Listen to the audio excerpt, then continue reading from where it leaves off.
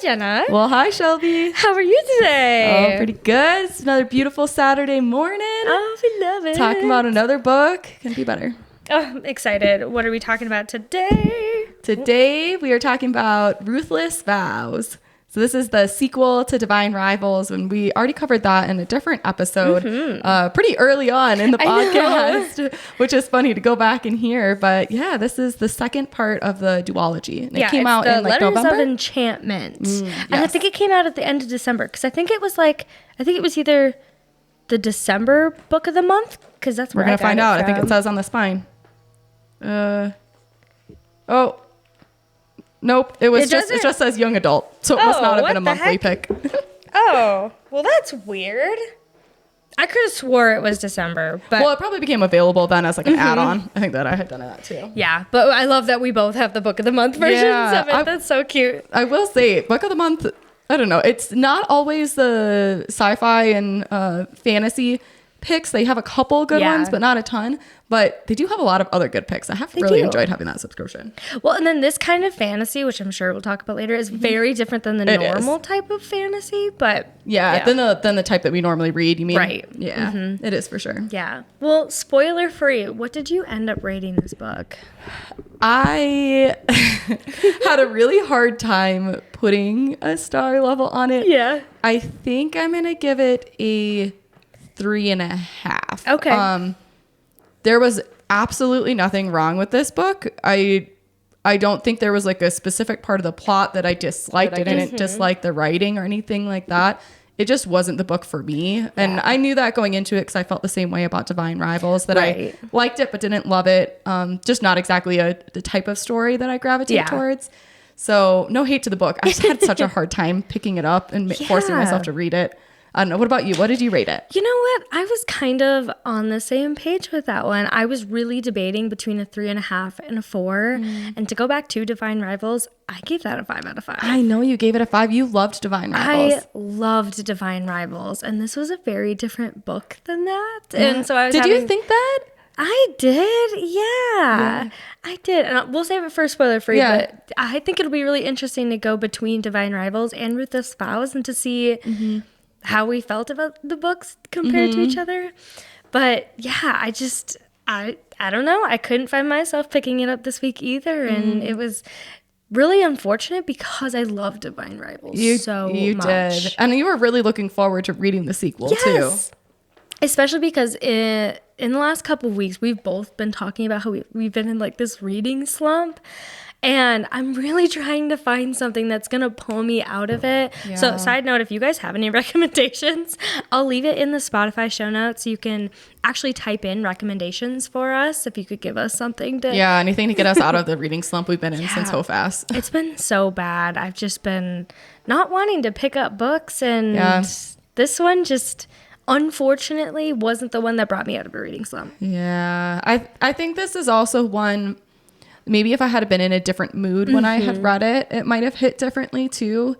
Because especially, a lot of parts of this are a lot more serious than other reads, which is great. And sometimes I like that. But yeah, I'm enough of a mood reader that reading something serious when I wasn't necessarily looking for that made it less impact. Like I didn't feel emotional at any point during this book. I didn't either. And that was what I loved from Divine Rivals was how emotional it all was. And so I was bummed that wasn't the big part of this. Yeah. All right. So do we want to get into our spoiler section now and start talking about it? Let's get into spoilers. Sounds good. So there are going to be spoilers also for Divine Rivals. So go back and listen to our episode. We had it, I think it was like last September or something that we had that out, which is hilarious because the quality of our video and our clips and our audio was so different. Yeah, it is really funny. If you want to have a good giggle, go ahead and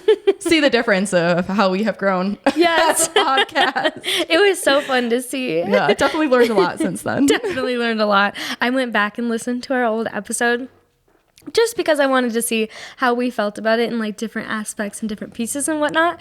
And I was giggling and I was like, you could hear so much. We've definitely upgraded a lot. For sure. Awesome. Well, where we ended off on Divine Rivals, so you ended up giving that a 4, right? Yeah, I think I did. Yeah. So we end off where basically Roman is taken by Dacre, the god, and Forrest doesn't kidnap his sister, but basically forces her to come with him back to Oath. Yeah. And that's the cliffhanger we're left with. Yeah. So we were kind of talking about in the last episode that we had no idea where this book was going to go. Mm-hmm. And for me, it didn't go any direction that I thought it was going to go. Really? Yeah. I actually felt like it was a really... I mean, obviously it was a different style of book, but I actually thought it was a really natural progression into this one. Yeah, that's good. Surprisingly felt like the story flowed well. The only piece that I didn't think connected well from Divine Rivals into this book is we start off the book and it already feels like she's forgiven Forrest. Yes. You know, because there's a little bit of a time gap, I guess, even if it's just a week or two. Yeah. So that part I think got glossed over, but everything else, having it fall right into Kit's amnesia plot and everything, I thought that actually made sense because Forrest had said he had a similar, I don't know, feel, I guess. So I thought that part actually worked really well. Yeah. I didn't mind the progression, I guess I should say. It just wasn't really what I was expecting. Yeah. Like, we had kind of talked about how, like, whether the gods were going to be, like, a bigger part. Yeah. And it kind of felt like in the beginning half of the book, like, they weren't really, like, a huge part. And then we learn a little bit. But I kept finding myself being like, all right, you're giving us these pieces, this like, little bits of information about the gods. But then I felt like it wasn't enough. It was like, if you're going to make that a subplot, like, make it bigger or leave it out. And we were kind of talking about that before too. And I'm feeling even more like that after the second one. So it's interesting. That was one thing I really wanted to talk with you about to get your opinion on, and specifically Enva in this book, because we start off Ruthless Vows with the writing on the wall saying, you know, where are you, Enva? And all these things of people who are fighting for her, saying she's not present, right? And then on the other side, clearly Roman is with his god. I mean, not that he wanted to be, but he's clearly in there.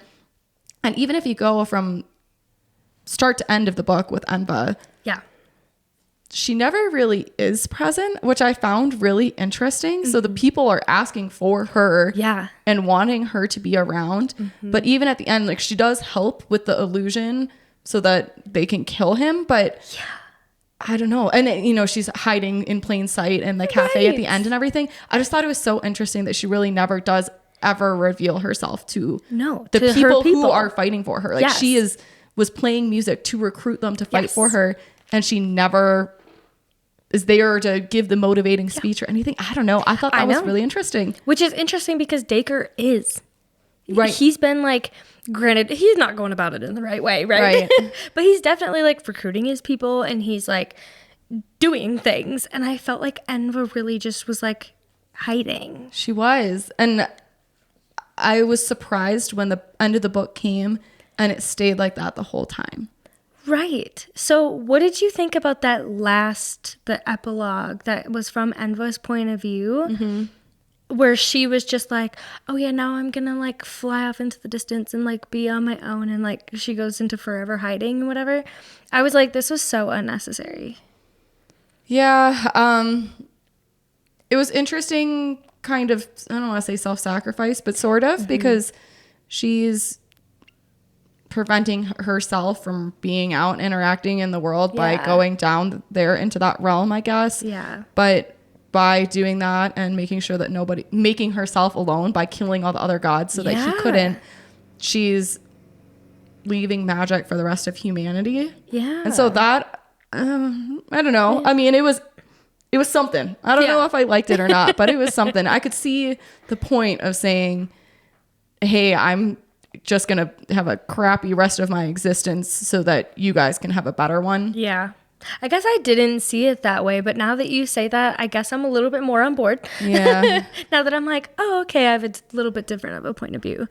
Yeah, because originally I just thought it was unnecessary. I was like, why do we even need to have the epilogue in there? Yeah, and it's funny because Enva feels more human than Dacre ever did. Yeah, absolutely. And I think that scene, that last chapter also shows that. The fact that she even wants to sit and just have tea at the same cafe that everybody else is hanging out at, I don't know, shows her interests and desires more.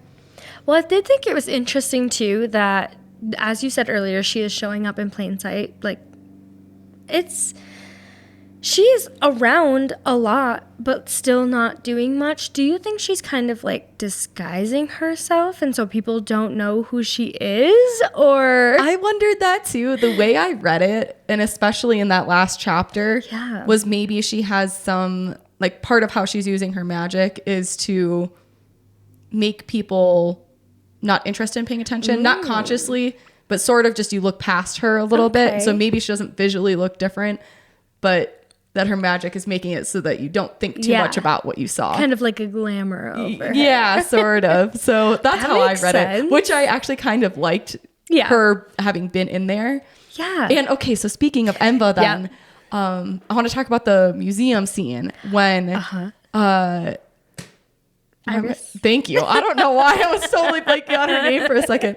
When Iris goes to shelter there after the bomb, I guess. Yes. The bomb on the whole presentation, whatever they were doing.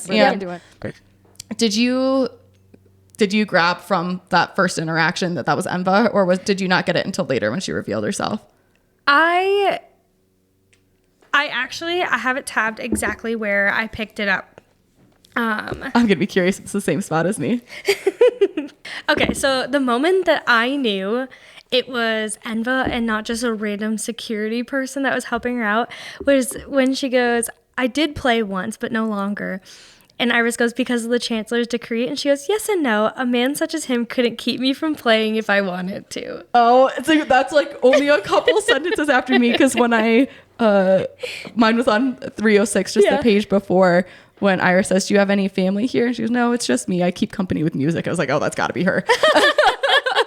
I just assumed right from that moment that it was her.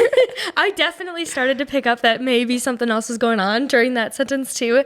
And then I really was like solidified when she was like, nobody could keep me from playing. I'm like, that has to be her. But I did think it was really interesting that she wasn't giving any of this information to Iris while she was awake. But then she would do it while she was asleep. Yeah. Yeah. I didn't really like the dream part of it. I don't know. Yeah. I don't know that hit well for me. And maybe Roman's dreams I didn't mind as much of a way to bring back memories from the amnesia plot. But I honestly didn't really enjoy that was how she was presenting herself to Iris, especially showing as her mom. She's like, oh, you need to trust me. Yeah. I don't know. I was literally going to ask you about that because I thought it was really interesting that she was showing up as her mother, but I don't know if I liked it because Iris had such a complicated relationship with her mom. I agree.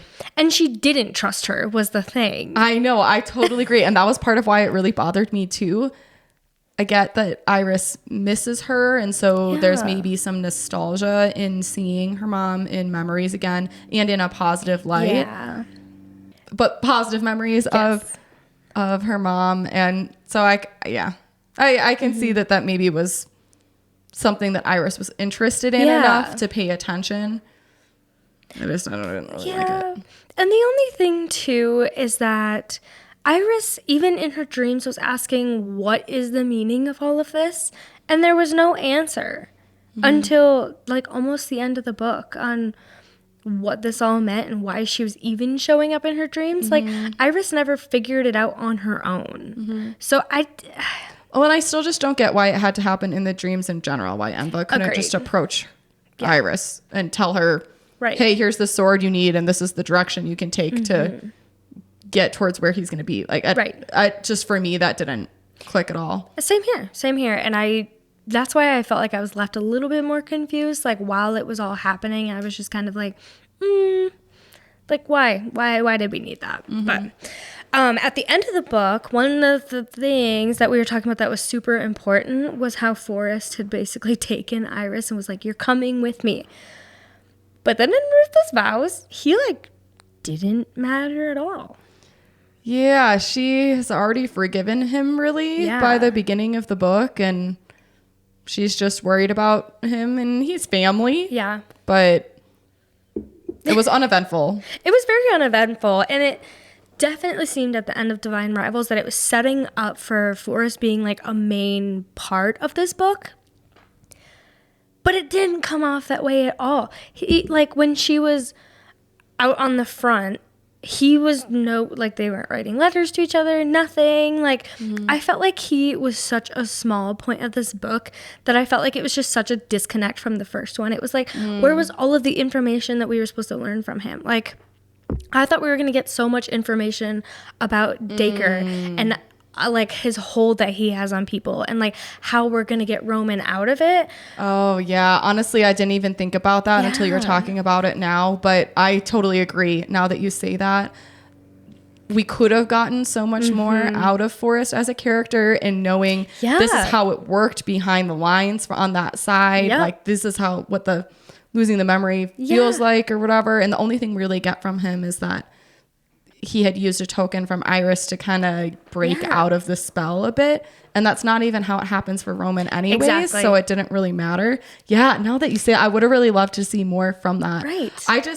The only thing we really get from Forrest is him still being a little bit difficult when she's going to leave. And but even really then not wanting her to go, but it wasn't that big of a deal. No, exactly. She was like, I'm going. He's like, well, I don't want you to, but okay. Yeah.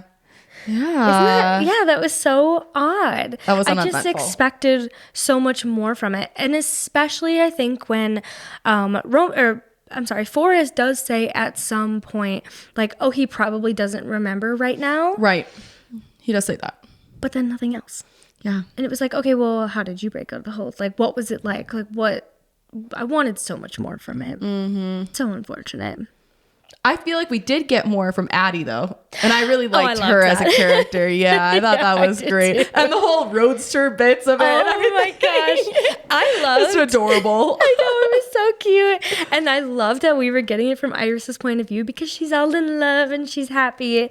And so she's seeing these interactions between Addie and Tobias. And she's just like so happy for them. Yep. They're like having the same feeling that she had in Divine Rivals. I agree. It was super cute. That was really, really cute. It was so precious. And I felt like it was kind of like Iris and Roman where they were having that little banter back and forth. Yep. I loved it. Yeah. And then I felt so bad too when they're having that banter and that's kind of when they go over the pothole and wreck the car.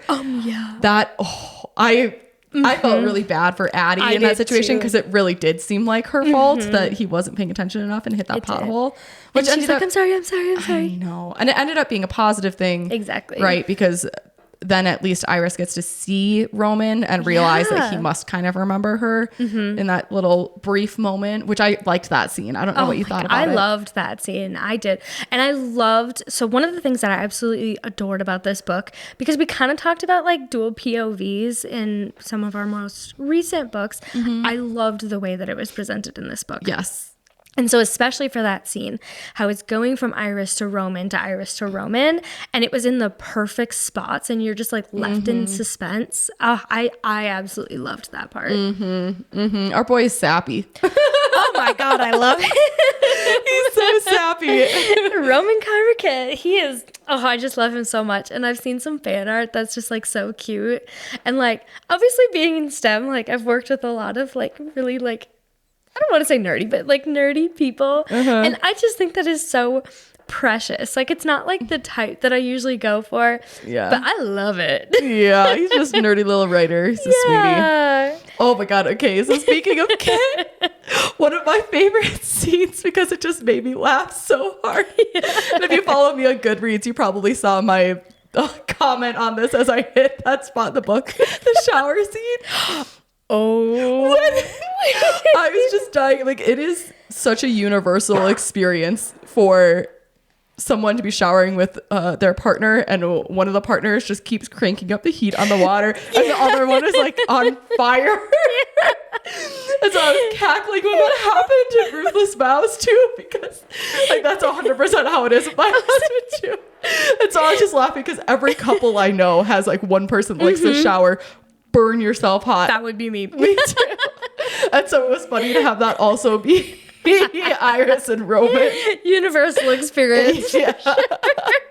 And I love a good shower scene like that too. It was sweet because it wasn't even like a dirty scene. You know? It was just sweet. It was so sweet. And that's how I felt about all of their, I don't even want to say spicy because it wasn't really spicy. Intimate moments. All of their intimate moments were just so sweet. They were very sweet and tender. I was like, oh. And then I'm like, oh, yeah, this is YA. Oh, yeah. Yeah, I mean, it is YA for sure. But it was really cute. It was very sweet. It was well set up for in all those moments, too. Also, another thing that I just absolutely loved about Kit was the letters and how he expresses his love in words. It was just so precious. And it takes thought to be that thoughtful in a letter like that. And so I was reading it and I was getting like little butterflies and I was like just smiling, like cheeks blushing. Yeah, they're both really good with their words for sure. They are. And I think I like it even better because I'm not. Oh yeah, I'm not either. Not even a little bit. Same. We have to cut out a lot from the podcast because we... It's funny. But yeah, I absolutely loved that. So that compared with Divine Rivals, I loved that we still got the typewriters and the letters back and forth because that was one thing that I thought we weren't going to get as much in this book. So very pleasantly surprised for that. Especially because you get sort of a backwards falling in love again in the beginning when Roman doesn't quite remember who she is. And so you really get exactly the flip of how it was feeling because Roman knew it was Iris pretty early on in Divine Rivals. And now Iris obviously knows who she's talking to and is sort of trying to bring it back like out. The opposite. Yeah, so I liked that symmetry between the books. I did too. I absolutely did. Yeah. Oh gosh. One spot, I don't know, I found really heartbreaking was when Mr. Kit, when Roman's dad tries to bring the annulment papers and money to Iris. Well, Roman is still MIA and she doesn't even know if he remembers her and she's just heartbroken. He sends his lackey out to be like, here's a pocket full of money. Here's a divorce leave and decree, never come back. Go. I was so sad in that moment for her. I was too. Because she's, I'm sure, feeling kind of on her own a little bit. She doesn't even know the right steps forward to take. And then it feels like such a slap in the face to not only not be accepted by your family-in-law, but have them bring you annulment papers. Oh, I literally couldn't imagine, especially like their marriage is so new and they're still so in love and she's so worried. And it was just like, I expected it, but it didn't make it any less heartbreaking. Oh, I didn't expect that to happen without Roman even being involved. I know. Oh, I don't know. The only reason that I did expect it though from Mr. Kit was because they were already trying to put him through that like forced marriage anyway. It's true. So I was like, oh yeah, that's typical. But it broke my heart too. It was so sad. I like how the ex-fiance did not matter at all in this book. I think she was mentioned one time, but barely mentioned and never again. I know when Roman, another part that kind of broke my heart, when Roman was like starting to have these dreams and remembering, and he has a dream about his younger sister. I was just about to talk about that, remembering that he was complicit, I guess, in her. Yeah, I don't know. That was so sad to have him remember that and not know if it's real, and then have Dacre be like, "Oh, no, that didn't happen. That's not you." Yeah, and the thing about Dacre is, I felt like he would like what's the word for it? Like roundabout. Be like, oh no, it didn't happen. Like he'd be like, I don't know, do you think it happened? Whose side are you on? And so he would kind of force him into submission that way instead of being like directly, no, it didn't happen. He'd be like, I don't know, if you're on my side, it didn't happen. If you're on somebody else's side and you want to die and you want to go like not like fight for us and whatever, then it did happen. And he would kind of like play these mind games. That's how I felt while I was reading it. It did feel like there were a lot of mind games with Dacre, and especially once Roman starts to remember, because he can tell that Dacre's testing him in all these different moments. to see if he's feeling pain or if he's remembering things. When he picks out the typewriters, oh, does one of them look familiar to you? And then he gives him the other one. Yeah. There were a lot of mind games with Dacre for sure. But it was funny to realize that there were some people like Shane that volunteered to go over there without even having lost their memories first. And so maybe let's talk about Shane a little. I was just going to say, let's talk about Shane a little bit. Yeah, I knew that there was something going on with him throughout the book. I didn't realize it was as strong as we find out later that he was like a part of the graveyard. I thought it was actually realistic when he ends up being like, you know what? I did give you up because I was going to save myself. And I apologize for that, but I'm trying to make it right now. I was like, like I kind of like clapped a little bit. I was like, that is a very realistic way to put it. Yeah. I kind of had a feeling that he might be a double agent in some way, shape, or form. But I was kind of pissed that Roman totally saves his ass when he comes in and he puts himself in potentially a sketchy scenario by coming in and saving all their asses.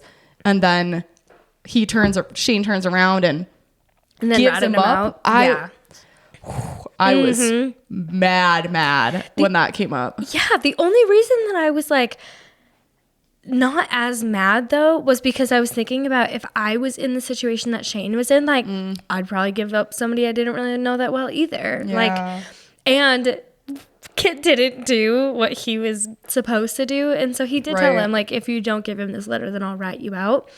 And so I kind of saw it coming. I still didn't like it. I was like, why the heck did you rat out Kit? Like, that's so true. Yeah. I liked that Roman actually failed at that small mission that he was given and that it truly did go to shit because of it. Because a lot of times in books, I think things will get glossed over a little bit and there'll be some stroke of luck that it didn't matter, that didn't play out the way it was supposed to and everything worked out how it was like, going to. And I actually really enjoyed that he just truly messed up and didn't get there in time, and a lot of people died and a lot of buildings got bombed, and like it did go down that path because he didn't do what he was told to do. Because you're absolutely right. We have these heroes in all of our fantasy books and stuff that we read, and so things always work out. There's always a stroke of luck, and so I was also very glad that it didn't. I kind of wondered, did you think one of them was going to die by the end? Or did you think it was going to be a happily ever after? Like Dacre or Enva, or Iris or Roman? Iris or Roman. I think I was on the fence. Maybe I might have been more emotionally invested in it if somebody would have died, but yeah, I don't know. I think I kind of expected a happily ever after. What about you? Originally, I thought it was going to be a happily ever after, and then by halfway through the book, I kind of wondered if there would be a self-sacrifice and it would be like a meaningful sad ending instead, just because that felt like the tone of the whole book. Absolutely. Or of the series, I guess, of the duology. Yeah. So I kind of thought that maybe that was going to happen, and I guess Forrest was supposed to be our... sad moment. Sacrifice. I just wasn't sad enough about that. You know, I wasn't either. Yeah. And I could kind of see it coming when it was from his point of view and they were talking about how the bombings were happening and everything, and he held her as tight as he could. Right. I was like, oh, he probably died. And then I just kept reading and I did not care at all. Yeah, I mean, I was a little sad when you're in Iris's perspective and she says, they'll never laugh or fight or grow old together. Yeah. And that line kind of hit me a little bit because I think his relationship with Sarah was supposed to be him finally starting to get his life in order. He finally got to the doctor and he was getting medicine and he was really trying to pull himself back together and reintegrate with society. Yeah. And so that was sad to see one bad choice that he made way back and just never really be able to come back from it, never get the opportunity to come back from it. So that part was a little bit sad. Yeah. But I didn't feel, how do I say this? I didn't feel sad for Iris with him dying because I know that she talks a lot about caring for him and things, but I didn't feel that bond between them. So I didn't feel sad for her about her loss of him. I only felt sad about the idea of somebody never getting the chance to come back. Yeah. And I totally feel the same way. I think I was more sad in Divine Rivals when he left for the war. I was too. I definitely was too. Which is such a bummer, because I feel like in the beginning of Divine Rivals, we got so much of their interactions, where kind of, again, like in Ruthless Vows, he's just kind of, they're not interacting as much in this book. He's just kind of there. So I know that was supposed to hit super hard, but it unfortunately didn't for me. Yeah, it didn't for me either. Yeah. Which I think was a reason that I was really excited for this book, was because I was so emotionally invested in Divine Rivals. And I wasn't really as much in Ruthless Vows. Yeah. I want to talk a little bit more about the letters. Yeah. And the kind of earlier in the book, the letters that Roman and Iris are sending to each other. How did you feel about them ending with, burn my words type statements, but then everyone always holding on to all the letters? And then it ended up being a good thing that they did hold on to good and bad, right? Because some of them get turned in and Roman gets in trouble, but also Iris holds on to it and it saves the day for Roman. So I don't know. I was curious your take on that all of the letters just always seem to be available. You're absolutely right. And I think while I was reading it, I was like, burn my words. It's trying to create those high stakes. Yeah.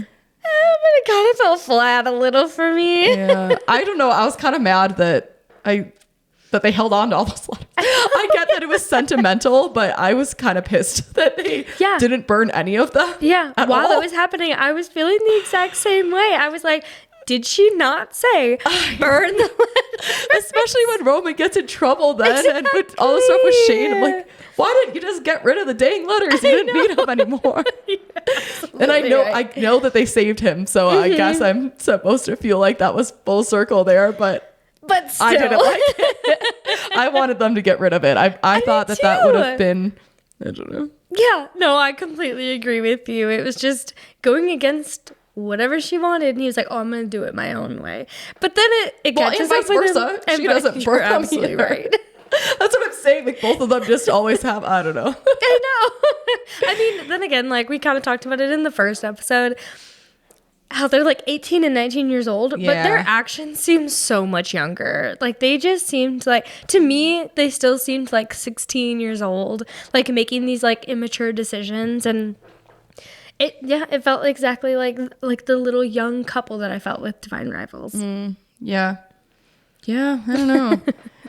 Oh, just another heartbreaking moment for me that felt like a heartbreaking when you compare to real life stuff too, was when Dacre is ripping the pages out of the books and burning the books of anything that he just doesn't agree with that side of history or that story, or doesn't want people to know his weakness.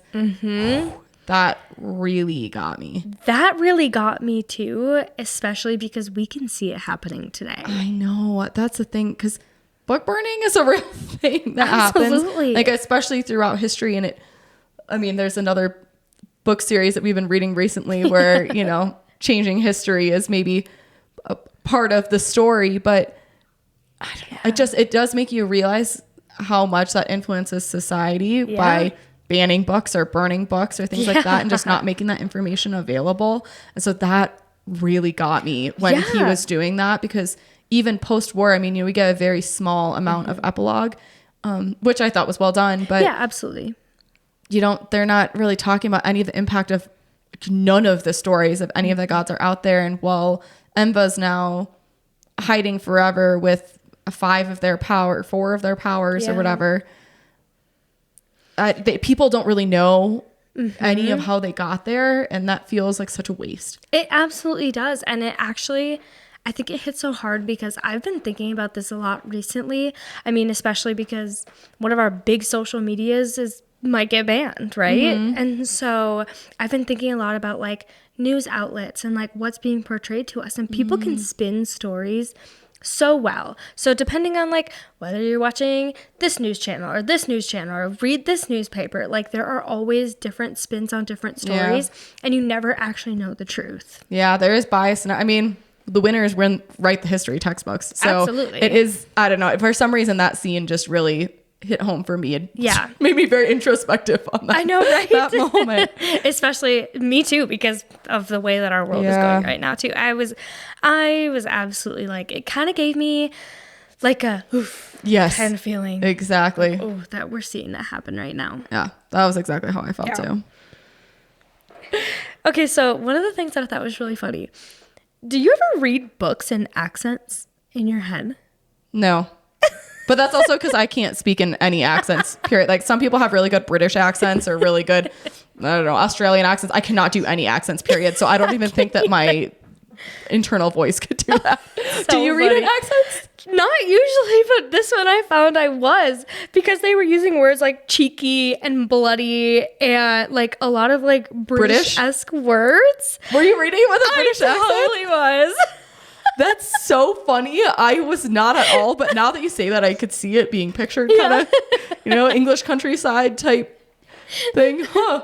It was so funny to me because I caught myself doing it like maybe a quarter of the way through the book. Oh my God, that's really funny. And I just had to giggle because I don't know if I've ever done that before. That's really funny. I've definitely never read in an accent but now I think that's going to be in my mind a little bit. Sometimes I think that happens for people too when they listen to an audiobook and also read it. It's like I know for Zodiac Academy, there's a character that the narrator reads with a Southern accent. Oh my God.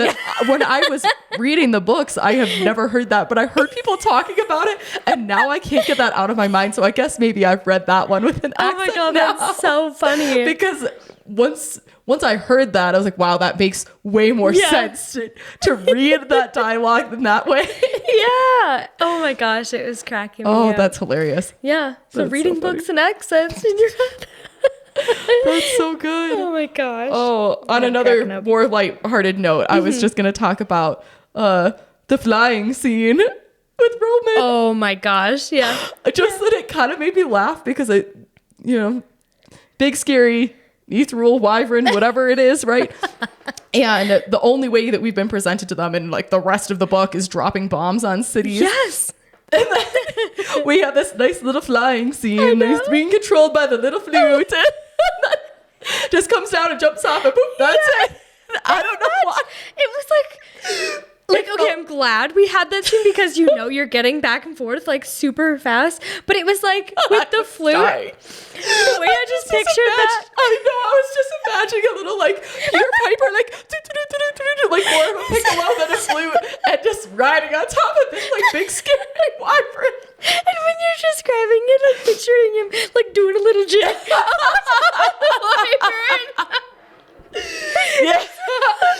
Some song and dance. It just felt so random. And then as like a nuts, it's like intense, scary, flying, intense, scary. After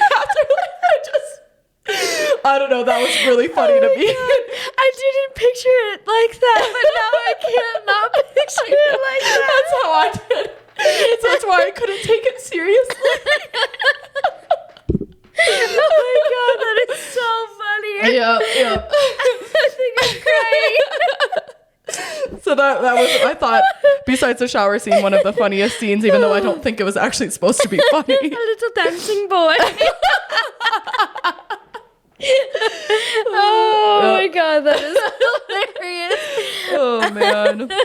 Oh my goodness gracious. Well, so even though this was such a different book, I thought that you were going to like this a little bit more than you liked Divine Rivals. It's funny you say that. In like on paper, it feels like something I should have liked better. Mm-hmm. And I did like, there was more excitement, I think. Yeah. There was more plot going on, and I did like that more. I just, I don't know. Yeah, I knew that. I think, I don't want to say historical fantasy isn't for me, because that's maybe not the right way to put it, but I am not always a fan of the super moving, emotional style stories. It's beautifully written. It's not for me as much, I think. Yeah.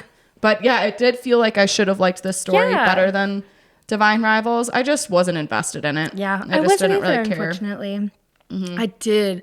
I loved the writing style. I think Rebecca Ross does such a great job of creating this imagery that feels like I'm like being like transported into that moment, like in the war scenes and in the scenes where they're talking about their emotions and their feelings. I was so easily able to jump into that, and I loved that. I felt like I was transported into the book, even though I wasn't as invested as I was with Divine Rivals. Oh, good. I'm really glad you enjoyed it. Yeah. Oh, it was just one quote, like as we get towards the end, that I was like, What for is me, it? wrapped it up. It was when they're having when Roman and Iris are kind of having their last night together before things are like really going down. Like when she sneaks into his room. Yeah, and she says, "Write me a story where there is no ending, Kit. Write to me and fill my empty spaces." I was like, that was I think my favorite quote of the whole book, and so I just had to say that. That was so precious. I do wish. So I know you said you liked how they wrapped up like that after the war.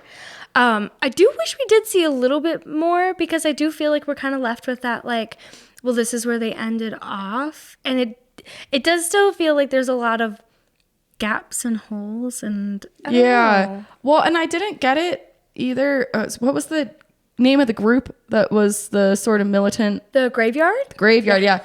I didn't understand what their role ended up being then after Dacre dies. I don't understand that. And they say a she for the new commander, but did they say who it was? Oh, I guess I kind of missed that's who that was. They ended up saying it. It was in like the last chapter before the epilogue. They ended up saying something about Keegan being now in charge. Oh, okay. Yeah, I guess I glossed over that and didn't quite catch. It's so easy to gloss over it. But I don't know. Yeah. So I maybe didn't love all of that just because I was unclear, but we're supposed to use our imagination to fill in the gaps. I just wanted it to be on paper. I wanted to keep reading about Roman and Iris. I wouldn't have minded like maybe just one more chapter of a little bit of this is how the world kind of started to come back together and heal, and this we're rebuilding, and I wouldn't have minded like one chapter of that going into Iris and Roman's epilogue. Yeah, absolutely. Because otherwise it just, we end and he's dead, like Dacre is dead, and then we like jump forward and Roman's writing a book.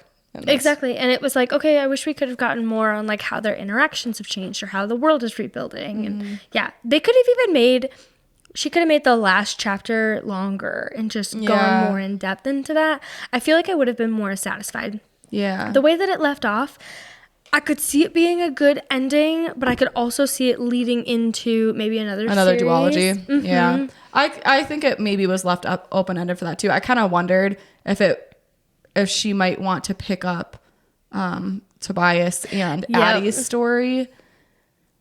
I wouldn't mind it. Because maybe Enva will come back and something's going to like not go well there, or something that, that enemy was not fully squashed necessarily.